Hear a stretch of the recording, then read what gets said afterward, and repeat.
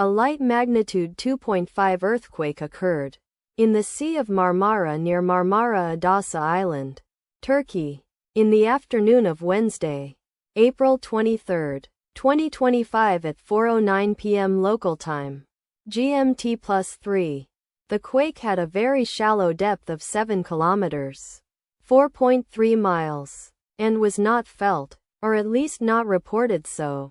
First to report, EMSC after 20 minutes.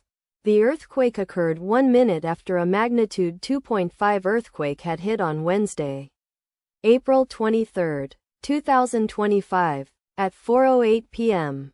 GMT+3 local time, in 14.9 kilometers, 9 miles, distance to the east. Data source from Volcano Discovery.